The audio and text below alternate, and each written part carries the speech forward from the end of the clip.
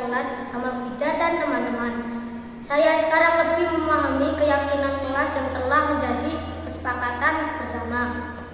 Jadi lebih senang ketika menjalankannya. Terima kasih. Wassalamualaikum warahmatullahi wabarakatuh.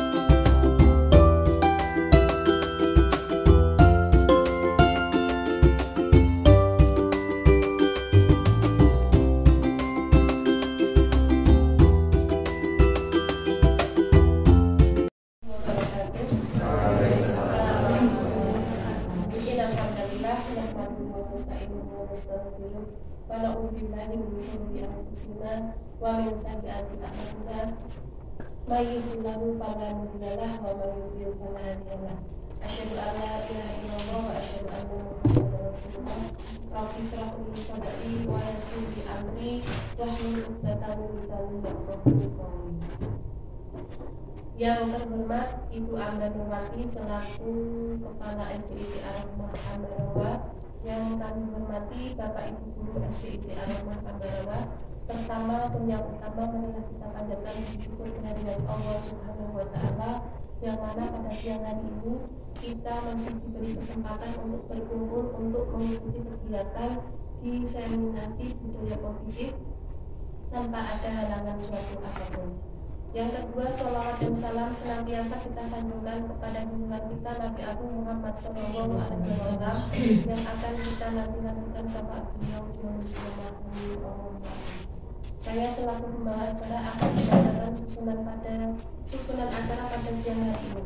Acara yang pertama yaitu pembukaan, acara yang kedua yaitu sambutan kepala sekolah, acara yang ketiga inti, acara yang keempat tanya jawab atau diskusi, acara yang kelima ada yang penutup. Mari Bapak Ibu Guru kita awali kegiatan pada siang hari ini dengan membaca umum kita bersama-sama. Bismillahirrahmanirrahim.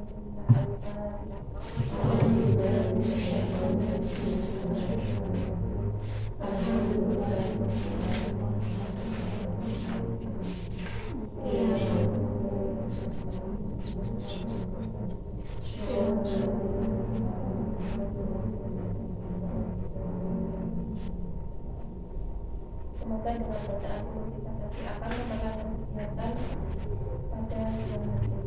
Untuk acara yang kedua yaitu sambutan kepala sekolah, untuk Ibu Ambar Nurwati, waktu dan tempat saya bersilakan. Bismillahirrahmanirrahim. Assalamualaikum warahmatullahi wabarakatuh. Waalaikumsalam warahmatullahi wabarakatuh. Alhamdulillahirabbil alamin. Assalatu wassalamu ala asrofil anbiya'i wal mursalin wa ala alihi washabihi ajmain. Yang saya hormati Bapak Ibu Guru SDIT Ar-Rahmah Ambarawa, yang saya hormati karyawan SDIT Ar-Rahmah Ambarawa. Yang pertama, marilah kita senantiasa menjadikan rasa syukur kita hanya pada Allah Subhanahu wa Ta'ala yang insya Allah pada kesempatan siang hari ini kita bisa berwajah berkumpul di tempat ini dalam keadaan sehat walafiat. Yang kedua, salawat dan salam senantiasa tercurah pada junjungan besar Nabi Muhammad SAW yang beliau merupakan uswah hasanah bagi kita semua dan yang insya Allah kita nantikan syafaatnya di yaumul kiamat nanti. Allahumma. Bapak Ibu guru, yang pertama saya ucapkan terima kasih atas kehadiran Bapak Ibu semuanya pada kegiatan diseminasi budaya positif SDIT Aroma Ambarawa dalam program guru penggerak angkatan ke-7 dan yang diikuti guru dari SDIT Aroma bernama Bu Nur Saidah SPD, yang semoga nanti ini bisa menambah wacana wawasan bagi kita semuanya yang ada di SDIT Aroma Ambarawa untuk mengembangkan budaya positif di SD kita. Di sini yang dikatakan budaya positif adalah merupakan budaya yang baik, ya, budaya yang harus kita lakukan di sekolah kita tercinta ini. Pentingnya membangun budaya positif ini harapannya bisa menumbuhkan karakter pada siswa kita, karakter yang diharapkan menjadi manusia dan anggota masyarakat untuk mencapai keselamatan, kebahagiaan, ya, seperti tujuan pendidikan nasional kita adalah seperti yang tercantum dalam profil pelajar Pancasila, yaitu beriman, kemudian bertakwa kepada Tuhan Yang Maha Esa dan berakhlak mulia, ada kreatif, gotong royong, kemudian berkebinekaan global, bernalar kritis dan mandiri. Harapannya dengan adanya kegiatan diseminasi budaya positif ini, kita semuanya yang berada di SDIT Aroma Ambarawa ini bisa memahami materi hari ini nanti dan memiliki persepsi yang sama, sehingga kita semuanya dapat menerapkan di sekolah kita dengan sebaik-baiknya. Dan semoga harapannya kegiatan ini bisa berjalan dengan lancar. Nanti akan disampaikan kegiatan ini oleh Bu Nur Saidah SPD. Semoga ini nanti kita bersama-sama untuk bisa mengembangkan budaya positif, budaya yang baik ini di sekolah kita agar menjadi lebih baik lagi. Demikian sambutan dari saya, kurang lebihnya mohon maaf. Assalamualaikum warahmatullahi wabarakatuh. Waalaikumsalam warahmatullahi wabarakatuh. Untuk acara yang ketiga yaitu inti yang akan diisi materi diseminasi budaya positif yang akan disampaikan oleh Bu Nur Saidah SPD. Waktu dan tempat kami persilakan. Terima kasih atas waktu yang telah diberikan. Bismillahirrahmanirrahim. Assalamualaikum warahmatullahi wabarakatuh. Waalaikumsalam warahmatullahi wabarakatuh. Alhamdulillah Bapak Ibu guru semuanya, pada hari ini Allah memberikan nikmat kepada kita semuanya sehingga panjenengan semua bisa menghadiri agenda diseminasi budaya positif dari guru penggerak angkatan 7. Salawat dan salam senantiasa tercurah kepada Muhammad Sallallahu Alaihi Wasallam. Semoga kita termasuk umatnya yang besok di hari kiamat mendapat syafaat dari beliau.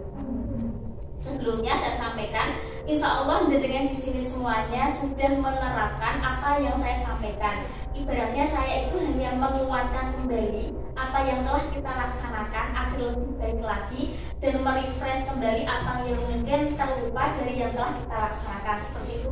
Jadi tidak ada istilah saya sebagai sumber utama, tidak.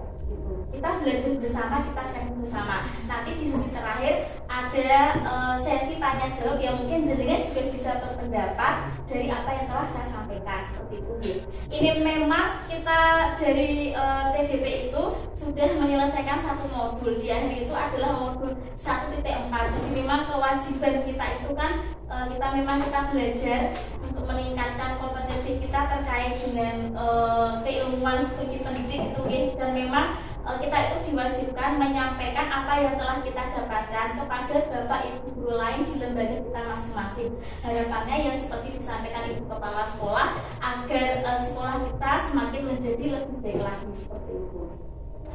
Bapak Ibu guru semuanya, sebelumnya saya ucapkan selamat datang Bapak Ibu guru hebat. Mari kita belajar bersama dan saling berkolaborasi untuk mewujudkan disiplin positif di sekolah kita tercinta yaitu SDIT Aroma Ambarawa.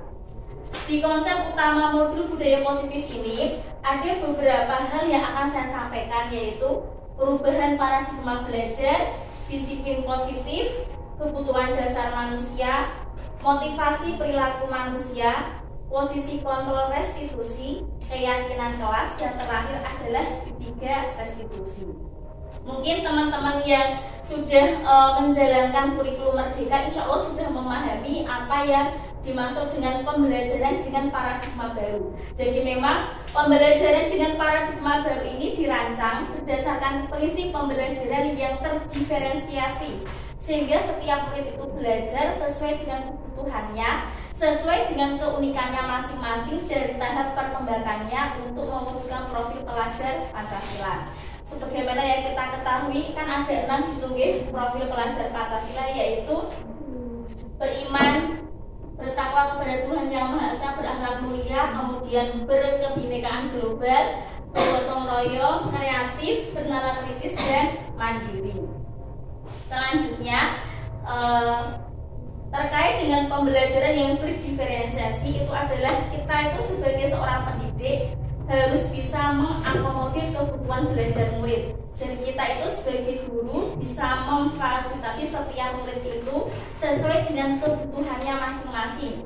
Karena kita pahami bahwa murid itu memiliki keunikannya sendiri-sendiri, tidak bisa disamaratakan satu kelas sama semua gitu ya.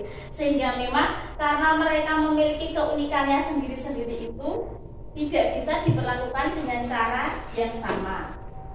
Kemudian terkait dengan disiplin positif, kita pahami dari artinya dulu. Kalau secara bahasa Latin itu artinya belajar. Insya Allah kita udah sering gitu mendengar apa itu disiplin positif gitu. Nah, yang sering kita pahami secara budaya itu kan disiplin itu memang sesuatu yang dilakukan seseorang pada orang lain untuk mendapatkan kepatuhan. Nah, disiplin itu memang ada hubungannya dengan kata ketidaknyamanan, bukan dengan yang kita hargai atau pencapaian suatu tujuan mulia.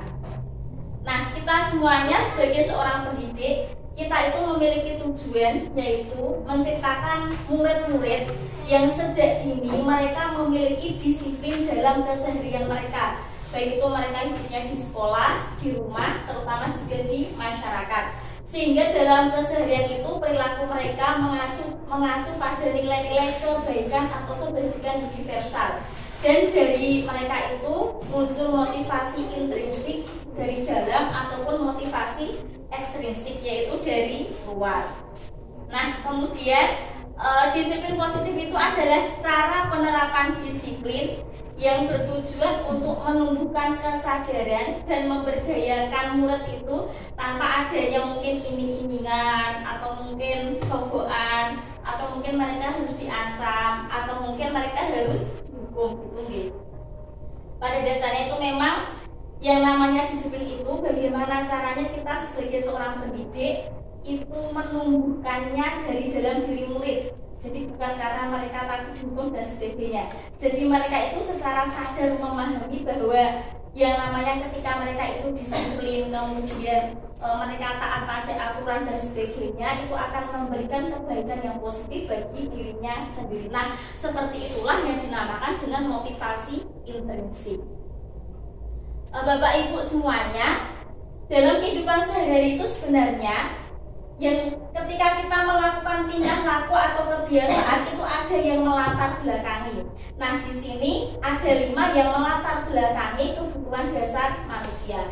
Yang pertama, bertahan hidup. Ini terkait dengan masalah fisik. Jadi ketika kita makan, kemudian kita minum, kita memakai pakaian, kita butuh tempat tinggal, itu adalah terkait dengan bertahan hidup.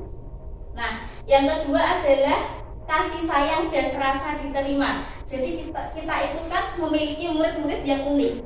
Ketika satu kelas kita ada 30 murid, maka ada 30 keunikan. Ketika 15 juga 15 keunikan. Nah, dari situ memang semua murid-murid kita itu kadang-kala menguji kesadaran kita. Nah, ada murid-murid yang maaf mungkin mereka itu seakan-akan cari perhatian, dikit-dikit tanya atau bagaimana, dan seperti itu. Nah, bisa dikatakan ketika mungkin kita memiliki murid yang caper seperti itu, mereka itu kebutuhan dasarnya adalah ingin disayang atau ingin diterima, atau mereka itu ingin diakui, seperti itu.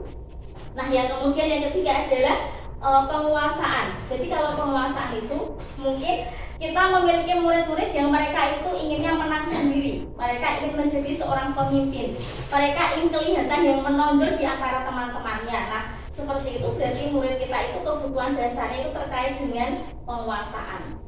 Yang keempat adalah kebebasan. Kita tahu nih yang namanya anak pasti kan tidak mau dikekang. Nah, ketika mereka mengalami kejenuhan dan sebagainya, mereka ingin merasakan ya ada udara segar, ada rasa kebebasan gitu.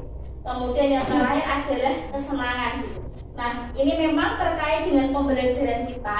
Itu bagaimana caranya kita bisa mengemas pembelajaran kita dengan lebih menyenangkan dan menarik perhatian murid, sehingga ketika mungkin pembelajaran dari pagi sampai jam 2 sampai siang sampai sore itu mereka mengikutinya dengan senang.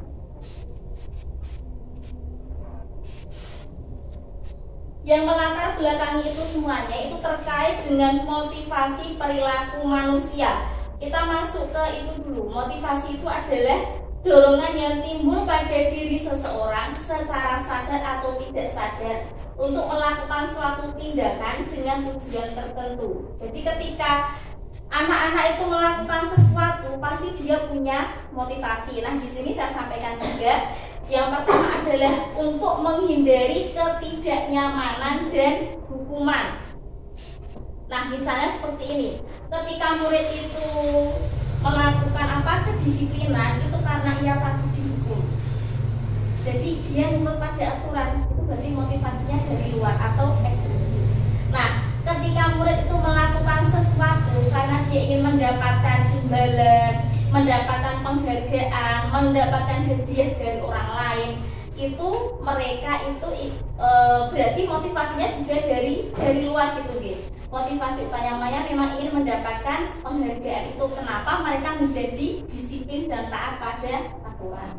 Kalau yang ketiga ini adalah memang yang lebih lebih bagus daripada yang dua tadi, yaitu motivasi intrinsik. Mereka itu menghargai nilai-nilai kebajikan atau kebaikan yang ada pada diri mereka sendiri. Itu kenapa murid-murid itu melakukan kedisiplinan, karena ia paham, karena ia sadar dari dalam dirinya bahwa nilai kebajikan yang ada pada dirinya ketika bisa dilaksanakan dengan baik itu akan memberikan dampak yang positif, yang baik pada diri mereka. Nah, kemudian di modul itu juga saya mempelajari terkait dengan konsep disiplin dengan identitas gagal dan konsep disiplin dengan identitas sukses seperti itu. Kalau konsep disiplin dengan identitas gagal itu yang pertama yaitu hukuman.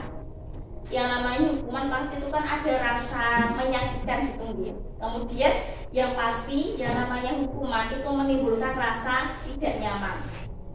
Nah, hukuman juga menimbulkan pada anak-anak rasa takut. Dia juga merasa terpaksa.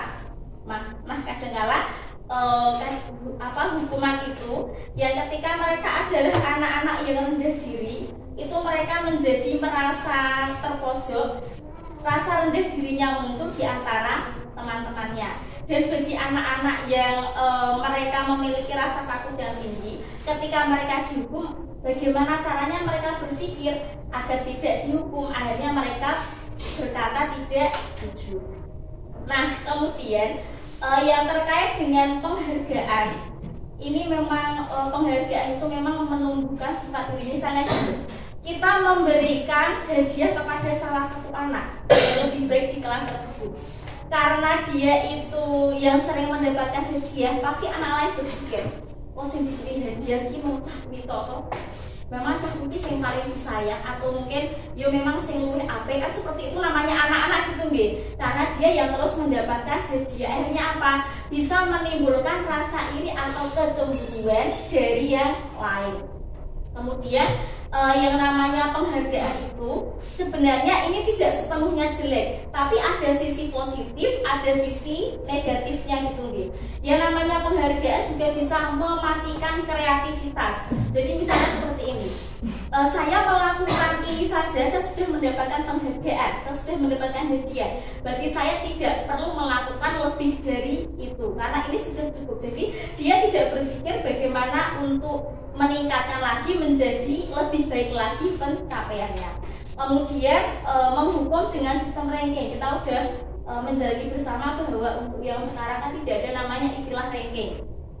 Nah, ranking itu kan kadang-kala bagi anak-anak tertentu itu dia merasa oh nilai saya jelek, memang saya itu paling rendah di kelas, atau bahkan bagi orang tua tertentu yang dia tidak bisa menerima segala kelebihan dan kekurangan anak-anak, itu kan dia juga orang tua juga berpikir memang anakku seperti ini kok bisa nilainya jelek atau rankingnya jelek seperti itu gitu.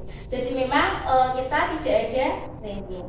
Kemudian yang selanjutnya konsep disiplin dengan identitas sukses. Nah, terkait dengan konsep disiplin ini ada dua, yaitu konsekuensi dan restitusi. Kita mungkin sudah sering melaksanakan dan mendengar untuk konsekuensi. Jadi untuk konsekuensi itu adalah kita bertanggung jawab. Jadi murid-murid itu bertanggung jawab untuk memperbaiki kesalahan mereka ketika mereka melakukan kesalahan. Nah, ini misalnya seperti ini. Ketika ada anak yang berjalan, kemudian tanpa sengaja dia itu menjatuhkan botol minuman temannya sampai tumpah, seperti itu. Nah, kemudian guru tuh memberikan stimulus. Ini kok bisa botol minumannya tumpah gitu ya. Kemudian murid memberikan respon, iya bu, gitu. Saya tidak sengaja. Seperti kemudian terjadilah percakapan yang berikutnya. Nah, kemudian tapi dari stimulus itu kita bisa gini, oh maka ketika kamu sudah seperti ini, ya dia mungkin akhirnya membantu temannya membersihkan, atau mungkin dengan bimbingan guru dia meminta maaf gitu nggih. Tapi ternyata yang seperti ini adalah penguatan jangka pendek. Kemudian ketika konsekuensi itu membutuhkan monitoring atau pengawasan yang terus-menerus. Jadi ketika dia tidak diawasi oleh guru, ketika dia tidak dimonitoring oleh guru, maka bisa jadi anak itu ketika melakukan kesalahan dengan temannya, entah kesalahan yang sama atau berbeda, dia tidak melakukan ya sebagaimana ada guru. Ya dia nggak perlu minta maaf, dia nggak perlu membersihkan botol minuman yang tumpah, dia nggak perlu apa-apa, udah dia cuek-cuek saja seperti itu. Kemudian memang konsekuensi itu benar menghormati peraturan guru. Jadi murid-murid itu menghormati peraturan yang ada di kelas yang dibuat bersama guru. Tapi ternyata saya juga baru mendapatkannya kemarin ketika mengikuti pembelajaran di modul ini. Saya baru mendengar istilah restitusi. Mungkin kalau jenengan sudah pernah. Restitusi itu ternyata baru saya dapatkan kemarin itu adalah ini suatu cara gitu nggih. Konsep disiplin yang menunjukkan identitas kesuksesan. Jadi segala sesuatu yang dilakukan secara sadar untuk bertanggung jawab terhadap perilakunya, yaitu pembentukan karakter yang bertanggung jawab. Jadi kalau restitusi itu kita bagaimana melatih murid untuk menjadi orang yang bertanggung jawab, memperbaiki kesalahannya ketika mereka melakukan kesalahan. Jadi mereka ketika salah, mereka berpikir berarti kesalahan itu harus diperbaiki dan kedepannya jangan sampai diulangi. Nah, kemudian terkait dengan restitusi itu, bagaimana kita menumbuhkan murid untuk senantiasa memperbaiki kesalahan tersebut ketika mereka bersalah. Kemudian yang berikutnya adalah fokus pada pemecahan masalah jangka panjang. Jadi ini kita memberikan solusi-solusi terkait apa yang telah anak lakukan. Misal ketika dia bersalah, itu solusinya adalah jangka panjang, kebaikannya adalah jangka panjang. Kemudian misalnya tadi ketika dia melupakan minuman temannya, kita akan membimbing, menuntun dia untuk memahami bahwa ini salah, butuh diperbaiki dan kedepannya tidak boleh diulangi lagi. Maka dia juga harus minta maaf. Ini baik ada guru maupun tidak, dia harus seperti itu. Nah, ini menanamkan kepada murid untuk menjadi orang-orang yang menghormati dirinya dan juga orang lain, entah itu teman maupun gurunya. Kalau restitusi itu adalah teori kontrol. Jadi memang murid atau seseorang itu yang memegang kontrol terhadap dirinya sendiri tanpa harus ada pengawasan dari seorang guru. Kemudian yang selanjutnya, kalau pendekatan restitusi itu memang kan cara menanamkan disiplin positif pada murid. Terkait dengan pengertiannya itu adalah proses menciptakan kondisi bagi murid untuk memperbaiki kesalahan mereka sehingga mereka bisa kembali pada kelompok mereka dengan karakter yang lebih kuat. Terkait dengan ciri-cirinya, itu memang untuk restitusi, bagaimana seorang murid itu bukan menebus kesalahannya dengan hukuman, tapi memperbaiki kesalahan tersebut. Kemudian yang di sini adalah yang kita berikan adalah tawaran untuk memperbaiki kesalahan tersebut. Jadi bukan dipaksa. Nah, kemudian terkait dengan ciri yang berikutnya adalah memperbaiki hubungan, baik hubungannya dengan temannya maupun dengan gurunya. Kemudian yang berikutnya adalah kita di situ menganalisa bahwa ternyata ketika murid itu melakukan kesalahan, dia sedang memenuhi kebutuhan dasarnya yang lain. Ya, ini butuh kita komunikasikan dengan dia. Kemudian untuk yang berikutnya, ketika kita melakukan konsep disiplin dengan restitusi itu adalah kita fokus pada pembentukan karakter mereka yang nanti bisa tertanam sampai dewasa seperti itu, bukan pada tindakan. Nah, ini saya berikan satu contoh kasus yang mungkin sudah sering kita temui. Jadi kasusnya seperti ini. Siswa sering tidak mengerjakan PR, pasti di kelas kita ada itu, di kelas saya juga sama. Nah, ada beberapa mungkin kita nanti bisa menganalisa diri kita sendiri. Kita tuh masuknya ke hukuman, konsekuensi, atau restitusi. Kalau hukuman tuh seperti ini. Jadi ketika ada murid tidak mengerjakan PR, guru itu menghukum dalam bentuk fisik ataupun bentuk yang lain. Nah, kemudian guru juga menunjukkan marah yang berlebihan sehingga dia juga ketakutan. Nah, kemudian kalau bentuknya konsekuensi itu adalah guru itu memberikan konsekuensi untuk mengerjakan PR-nya. Misalnya nggak mengerjakan PR, silahkan kerjakan di jam istirahat, atau silahkan kerjakan PR itu 2 kali lipatnya atau 3 kali lipatnya. Kalau jumlahnya 5 berarti kerjakannya jadi 10. Kalau 3 kali lipatnya menjadi 15.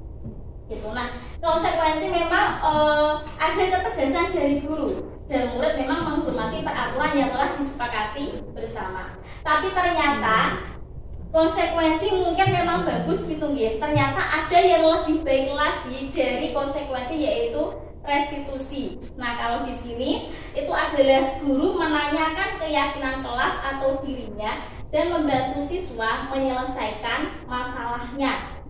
Jadi saya juga kemarin itu termasuk guru yang suka menghukum murid. Jadi sedikit tak hukum itu. Nah, ini saya dapat ilmu baru. Sebenarnya saya juga sedang bertahap untuk menerapkannya. Jadi di sini saya belum terus sukses gitu, enggak. Saya juga baru sedikit kemarin saya praktekkan di kelas saya. Jadi terkait dengan kelas saya juga termasuk beberapa murid ada yang tidak mengerjakan PR. Kemudian mereka ketika di kelas itu memang saya tanya, kalian di sini itu kan sekolahnya bayar gitu. Kalian tuh sekolahnya tuh enggak gratis, uangnya juga enggak terus ambil teman sama enggak. Terus kalian kalau sudah seperti itu, orang tua sudah kerja capek-capek, berarti kamu disekolahkan, kamu tuh harus seperti apa ketika sekolah. Nah, ini kemarin yang sempat saya terapkan. Terus mereka naik kelas atas, mungkin kan mereka sudah bisa diajak diskusi nih. Naik kelas bawah kan mungkin beda lagi. Jadi memang komunikasi antara guru kelas atas sama kelas bawah beda. Saya yang di kelas bawah itu hanya berapa tahun, mungkin tidak selincah jenengan yang terbiasa di kelas bawah menangani anak seperti itu. Naik kelas atas kan enak, digitunya mereka mudeng. Kayak tadi itu saya tanya seperti mereka mudeng. Kemarin juga mereka mudeng. Oh iya Bu, misalnya yuk kasih orang tua kan gitu. Naik kelas bawah kan belum tentu seperti itu. Nah, ini memang tergantung pada pinter-pinternya komunikasi guru dengan murid. Bagaimana kita itu menuntun murid kita dengan pertanyaan-pertanyaan pematik yang mereka bisa memahami. Oh, ketika saya sekolah itu saya harus seperti apa, ketika saya belajar harus seperti apa. Nah, kembali ke kelas saya itu saya seperti itu. Orang tua sudah kerja, kamu disekolahkan dengan biaya mahal. Di Aroma tuh kamu sekolahnya nggak gratis gitu. Berarti kamu sekolahnya harus seperti apa? Nah, kelas atas kamu ya Bu, saya harus itu belajar. Kalau belajar harus seperti apa? Sungguh-sungguh. Ketika kamu belajar sungguh-sungguh, kamu nanti ke depan akan menjadi orang seperti apa? Kalau kelas atas bisa seperti itu kan. Tapi memang hasilnya tidak bisa terus celing bagus itu enggak. Memang murid itu harus sering apa? Diingatkan terus. Disiplin positif itu harus sering kita biasakan sehingga nantinya menjadi sesuatu yang membudaya. Nah, ketika kita bisa menerapkan restitusi itu, murid itu kan bisa memahami gitu. Berarti ketika mungkin saya salah, kok terus guru ki nesu-nesu enggak. Jadi guru ada rasa terbuka sehingga aku nek salah ki berarti taruh guru ki ora diseneni, tapi aku dibimbing, diginikan. Itu kan ada murid-murid tertentu yang bisa menerima seperti itu. Akhirnya apa? Dia itu merasa bahwa gurunya itu ada rasa sayang ke dia, ada rasa penghormatan ke dia, ada rasa penghargaan ke dia. Maka bagi murid-murid tertentu yang bisa ditangani dengan cara restitusi ini, ketika ini bisa kita terapkan terus-menerus dalam jangka panjang, akan membentuk karakter yang baik dalam diri mereka, seperti itu. Kemudian, nah 5 posisi konteks restitusi itu ada penghukum, pembuat rasa bersalah, teman, pemantau, manajer. Kalau saya jujur, selama ini seringnya itu saya berada di bagian hukum, gitu. Cuma ini saya sudah memperbaiki diri saya sendiri agar sidik-sidik itu nggak tahu hukum gitu. Cuma ini saya juga masih bertahan. Nah, mari kita pahami satu persatu dari kelima perbedaan ini. Kita ambil contoh kasusnya adalah ketika ada salah satu murid di kelas kita yang tidak memakai atribut lengkap saat upacara bendera. Nah, kalau kita sebagai penghukum pasti kita seperti ini, Pak. Nah, patuhi aturan sekolah. Kemudian silahkan berdiri di depan membentuk barisan sendiri. Saya juga pernah seperti itu. Kemudian kalau guru yang membuat rasa bersalah, mungkin kalimatnya seperti ini. Berapa kali Pak Guru Bu harus memberitahu kamu, Pak Guru kecewa sama kamu, Bu Guru kecewa sama kamu. Kok dibuat hari ini menetap? Itu menumbuhkan pembuat rasa bersalah kalau seperti itu. Nah, kemudian ketika sebagai seorang teman ibaratnya best friend gitu ya, nek murid bestie bro, nek sesama teman paling gini, ayolah yang tertib lah Mak, misalnya kalimatnya seperti itu.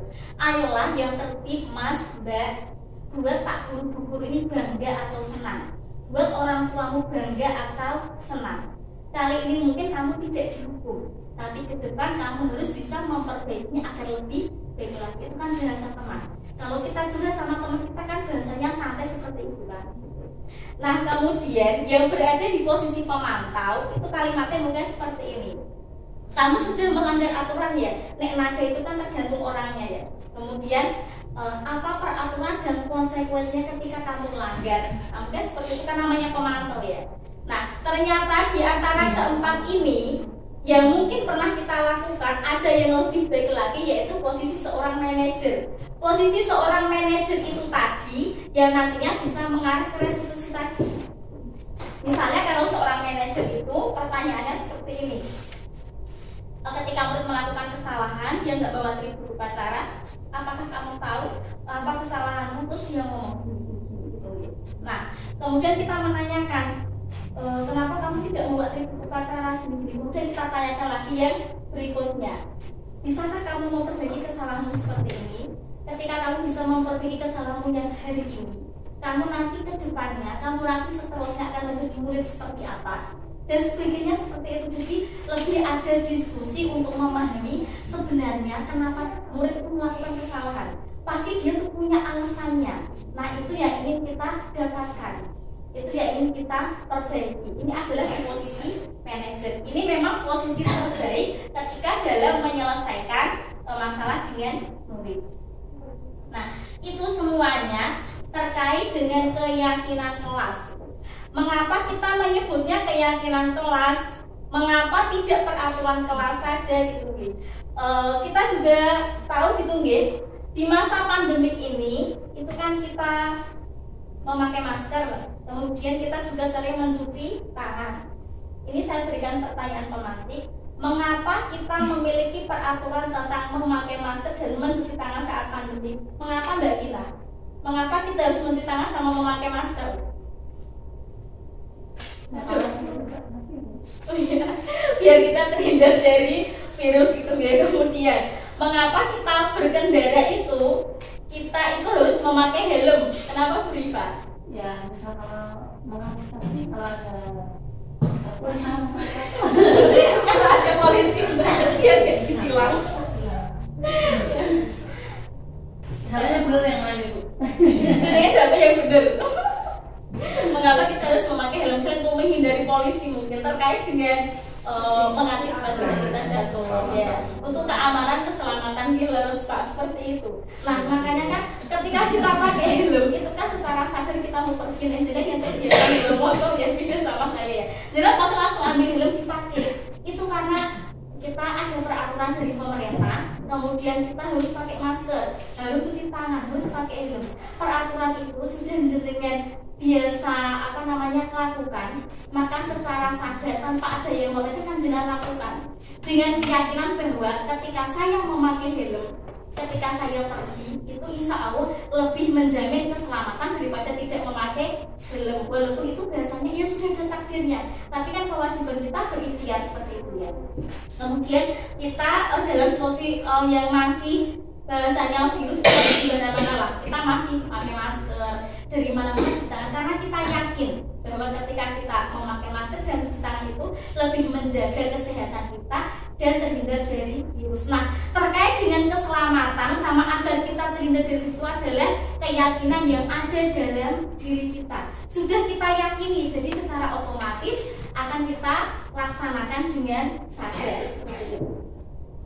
Kalau ini jenengan semua juga sudah melaksanakannya di kelas. Ini adalah kegiatan membuat keyakinan kelas 5 yang dilakukan bersama dengan murid. Yang pertama kita berdiskusi tentang peraturan. Nah, nanti dari peraturan itu kita tanamkan ke dalam murid-murid kita bahwa ini adalah keyakinan yang ketika kita laksanakan maka kebaikan ini yang akan kita dapatkan. Misalnya kayak tadi itu ada yang misalnya melanggar, nggak mengerjakan PR dan sebagainya. Nah kalau kita sudah punya keyakinan kelas didapatkan, kita tinggal bertanya seperti ini, Mas, kamu nggak mengerjakan PR berdasarkan keyakinan kelas kita, apa yang sudah kamu langgar? Ketika ada di tempel, mereka sering melihat, mendengar, membaca, kan mereka pasti menjawab. Nah, kelas atas itu dia mungkin kelas bawah kan beda-beda jawabannya gitu. Itu dengan yang lebih lincah yang di kelas bawah seperti itu. Nah, hanya mereka jawab iya Bu, saya melanggar keyakinan gini-gini yang mereka akhirnya menyampaikan. Nah, kemudian menyampaikannya di kelas akan lebih dipahami oleh semua murid. Yang selanjutnya dalam keyakinan kelas kita membantu menuntun anak untuk memperbaiki kesalahannya hingga nantinya apa? Terbentuk disiplin positif yang lama-lama ketika kebiasaan itu mereka lakukan itu akan menjadi sesuatu yang membudaya. Jadi tanpa harus kita monitoring, tanpa harus kita sidik-sidik ngeleke, itu bagi anak-anak tertentu mereka sudah terbiasa melakukan kebiasaan tersebut. Saya lanjutkan. Ini adalah contoh beberapa keyakinan kelas 5G yang sudah saya tempel di kelas. Kemudian bagaimana pembentukan keyakinan kelas? Insya Allah panjenengan semua yang memiliki cara-cara yang lebih baik itu. Ini saya hanya menyampaikan apa yang ada dalam kelas saya. Memang untuk yang dibuat itu tidak usah banyak-banyak, sedikit, tapi kita kawal dengan baik dan kita lihat perkembangannya selama 1 tahun di kelas kita. Kalau sedikit itu kan mudah diingat, mudah dipahami. Tapi itu nanti harapannya ketika kita bisa mengawal dengan baik juga hasilnya lebih baik lagi seperti itu. Kemudian pembuatannya juga sesuai dengan kondisi kelas masing-masing agar mudah diterapkan. Nanti diskusi sama murid itu. Kemudian semua warga kelas terlibat dalam proses pembuatan. Jadi ketika proses pembuatan mereka berada di situ, mereka mengalami langsung sehingga lebih mengena di hati. Kemudian dibuat dalam kalimat-kalimat yang positif. Jangan melakukan ini, itu kan kata-kata jangan kan kesannya negatif. Sebenarnya saya juga sering seperti itu, kadang saya oh ya udah boleh gitu. Maka kita refleks karena kebiasaan terutama dulu pas saya guru TK, itu saya sering saya sering ditegur sama guru senior saya seperti itu. Jangan pakai kata jangan pakai tidak, pakai gunakan kalimat-kalimat positif. Itu memang yang kadang-kala sulit kita betulkan, butuh proses lah untuk memperbaiki itu seperti itu Nah tadi yang namanya 3 restitusi itu adalah salah satu cara untuk mendisiplinkan murid. Langkah-langkahnya di sini ada 3, yaitu yang pertama menstabilkan identitas. Jadi ketika murid itu salah, jangan langsung jangan langsung disalah-salahkan atau dihukum. Misalnya nih, saya sebagai seorang guru kelas 5 melihat murid saya itu tiba-tiba dia menjatuhkan makanan temannya. Dari jauh saya melihat tiba-tiba saya sudah marah-marah gitu. Kamu gini kok ditumpahin gitu. Kita nggak bertanya dulu, Mas, mengapa kamu tumpahkan itu? Kita nggak bertanya gitu. Mungkin saya langsung marah-marah, itu mungkin yang kurang pas gitu mungkin. Nah kemudian kita juga butuh mencari tahu alasannya kenapa dia tiba-tiba seperti itu. Pasti yang namanya anak termasuk orang dewasa itu ketika melakukan sesuatu itu ada dasarnya, ada alasannya. Kemudian langkah yang kedua adalah memvalidasi tindakan yang salah. Nah, tadi sudah saya bahas di awal bahwa ketika melakukan kesalahan itu pasti ada alasannya. Nah, alasan inilah yang perlu kita gali, yang perlu kita dalami. Ini tentunya setiap anak beda-beda. Ada anak yang luar biasa tuh alasannya orang sederhana. Sebenarnya nek ditelusur lebih dalam, yo kebangetan mendalam itu. Ada yang nek anak-anak biasa ya, alasannya tidak sengaja itu. Tapi nek anak-anak yang masya Allah luar biasa sekali memang, ya mereka juga punya masalah kompleks yang luar biasa seperti itu. Kemudian yang terakhir adalah menanyakan keyakinan kelas yang telah disepakati bersama. Nah ini menuntut siswa untuk memperbaiki kesalahannya.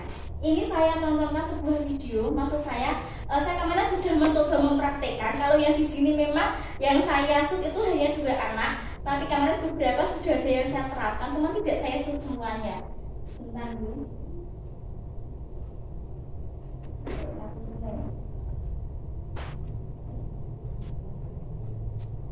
Ini tidak saya besarkan karena tadi kalau PPT-nya tak besarkan itu langsung error tidak muncul-muncul.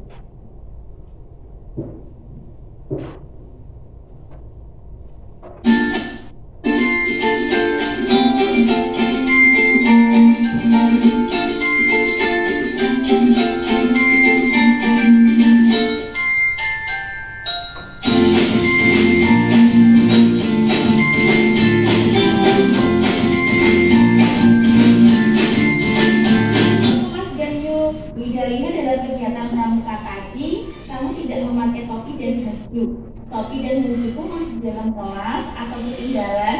Tidak Bu, tapi baju saya ketinggalan. Tidak apa-apa, setiap anak pernah melakukan kesalahan seperti kamu. Saya takut dihukum Bu, kan nanti baju baru dibuka teman-teman. Ini contoh gitu ya. Kamu Tapi kelihatan memang tidak setiap anak bisa seperti ini. Kita lihat anak-anaknya juga, tergantung anaknya. Nah setiap anak kan memang butuh penanganan yang berbeda-beda. Itu memang pinter-pinternya kita dalam berkomunikasi. Tidak apa-apa, kamu sudah berusaha datang ke sekolah agar tidak terlambat. Hanya saja terlupa membawa topi dan jas kan?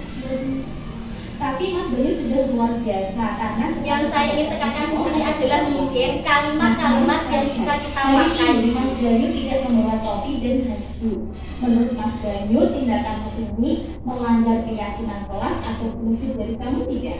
Saya itu bisa melanggar. Keyakinan kelas atau prinsip apa yang telah kamu langgar? Saya tidak diskriminasi. Menurut Mas Bayu, disiplin itu penting tidak? Penting. Kalau menurut Mas Bayu itu penting, kira-kira tindakan apa yang Mas Bayu lakukan untuk memperbaiki kesalahan hari ini? Saya akan bangun lebih awal dan masak bareng agar bisa mengecek segala keperluan yang saya harus lakukan. Ya, kalau Mas Bayu hari ini sudah bisa memperbaiki kesalahan, kira-kira ke depannya Mas Bayu jadi orang yang seperti apa? Saya akan menjadi orang yang lebih disiplin. Ya bagus. Sekarang Mas Bayu berbagi dengan teman-teman kegiatan pramuka.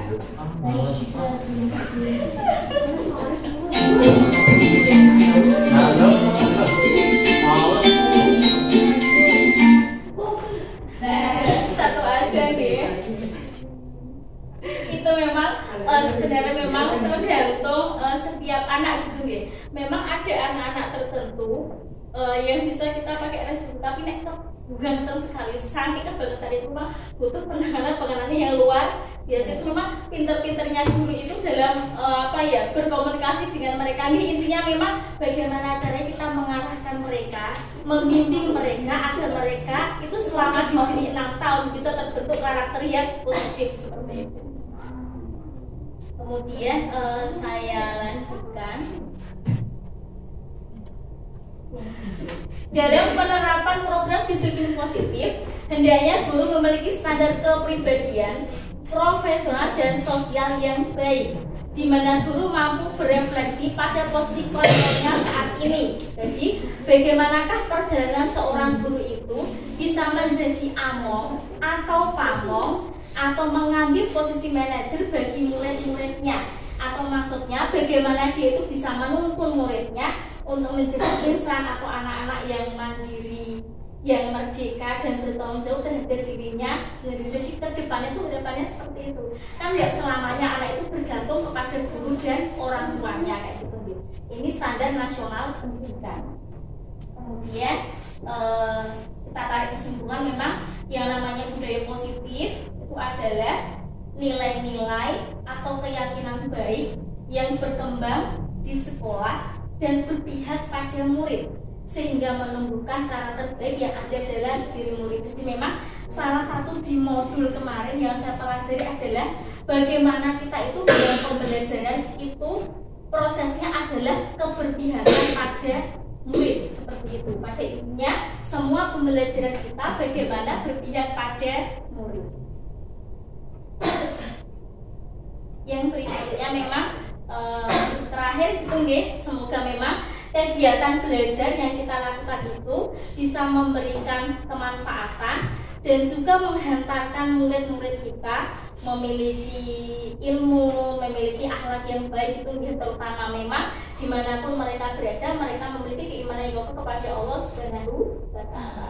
Mungkin itu nggih Bapak Ibu dari saya, tapi memang intinya adalah bagaimana kita itu dalam pembelajaran memang bisa menerapkan restitusi itu dalam pembelajaran kita sehingga membentuk karakter yang baik yang ada dalam diri murid.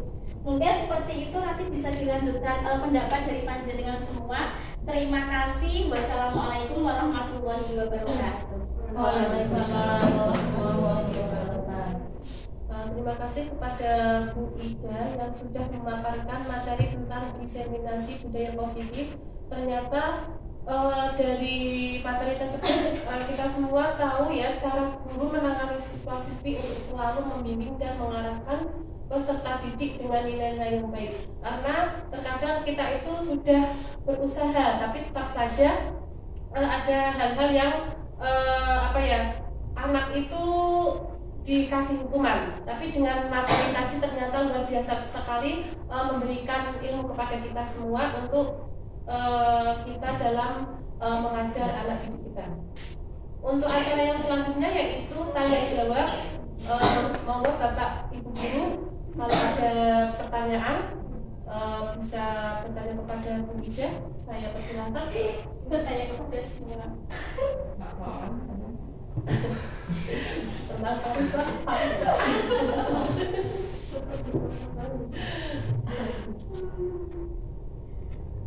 Atau ingin melengkapi?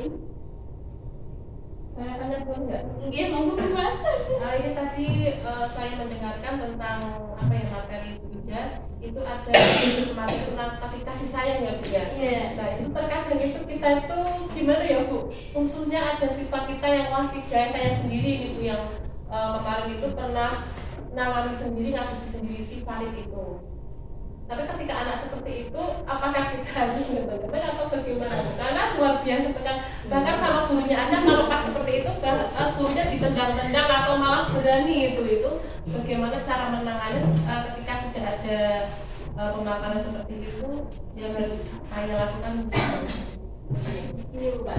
Ini kita sering bersama gitu ya. Kita bilangnya saya paling itu saya sering belajar. Memang disampaikan di murid ini yang paling bagus memang pakainya restitusi. Tapi ketika kita yang mengalami sendiri di lapangan, memang kadang-kala ada anak-anak tertentu yang udah nggak bisa pakai restitusi. Makanya ditanya seperti itu, jawabannya malah sampai kemana-mana. Memang ada langkah-langkah konkret tertentu yang butuh kita lakukan. Yang pasti memang butuh kerjasama dengan para murid, karena memang secara jam itu kan anak-anak itu di sekolah memang dari pagi sampai jam 2 atau sampai sore, tapi kan lebih banyak waktunya itu di mana? Di rumah. Yang pasti memang ketika kita ingin pembentukan karakter butuh kerjasama dengan wali murid. Maka terkait dengan materi-materi seperti ini, materi-materi pembentukan karakter itu memang butuh kita sampaikan di parenting atau di paguyuban ketika kita punya kesempatan untuk mengadakan pertemuan dengan wali murid. Nah, terkait dengan itu memang kelihatannya memang saya juga pernah mengalami sendiri bahwa bahkan kemarin pajang saya itu diece-ece ketika saya menasihati malah diteroke. Nah, ketika saya terapkan, saya tuh memang berpikir ini murid kok kelihatannya pakai restitusi kok seperti ini ya. Tapi waktu itu saya coba saya terapkan walaupun dengan gemes-gemes ngoten nggih. Tapi kita yakini bahwa ini mungkin seperti inilah, kita yakini kita berusaha untuk mengarahkan dia, membimbing dia dengan langkah yang kita yakini, dengan langkah yang menurut kita itu paling bagus, paling baik. Yang pasti jangan sampai langkah fisik seperti itu ya. Kalau dari wali murid pasti kan kalau fisik juga banyak yang tidak terima ya. Nah, harapannya memang dia nanti lebih bagus lagi akhlaknya. Yang pasti memang ketika kita melakukan seperti itu, kita berdoa kepada Allah semoga kita diberikan untuk menangani murid-murid yang luar biasa seperti itu. Mungkin itu Bu Fat, dari teman-teman yang langsung mengalami mungkin atau dari wali kelasnya.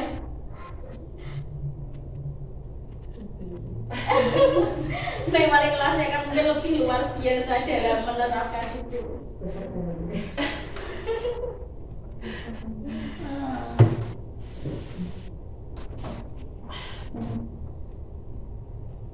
Nambah sedikit, jadi mungkin dari kegiatan diseminasi ini mengingatkan kembali bagaimana kita bisa menangani siswa-siswi kita itu memang dengan hati kita, tanpa mungkin kita marah seperti itu. Artinya anak-anak itu kadang ya bisa membuat sehingga kita ketika pada saat itu kita harus menyelesaikan yang ini, harus menangani teman-temannya yang banyak. Mungkin di sisi lain mungkin ada yang menghambat. Salah satunya yang sering terjadi kan di kelas 1B sama kelas 3, yaitu Izan sama Farid. Jadi ini kan problem anak-anak tersebut itu ya tadi memang butuh ya perlu kita pecahkan bareng-bareng terkait dua siswa ini, karena kalau sing satu itu memang belum bisa tertangani dengan baik, harus menetapkan orang tuanya.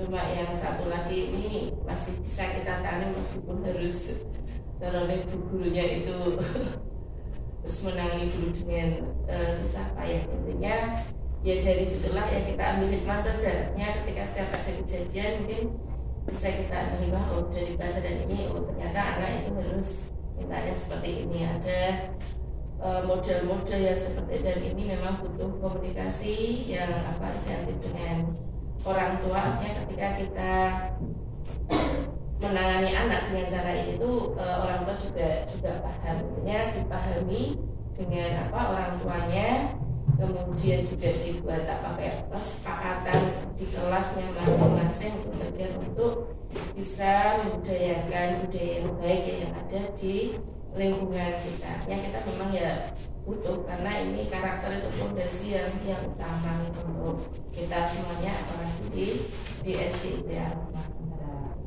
Mungkin itu tambahan dari saya.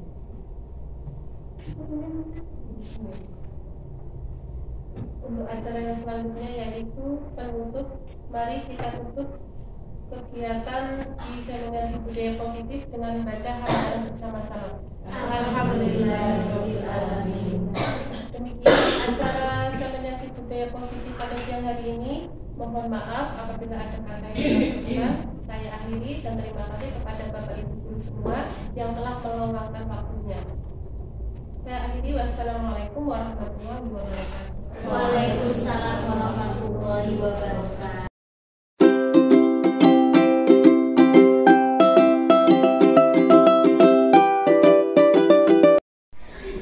Assalamualaikum warahmatullahi wabarakatuh. Saya Al Rasid, murid kelas 5 SDIT Aroma Ambarawa.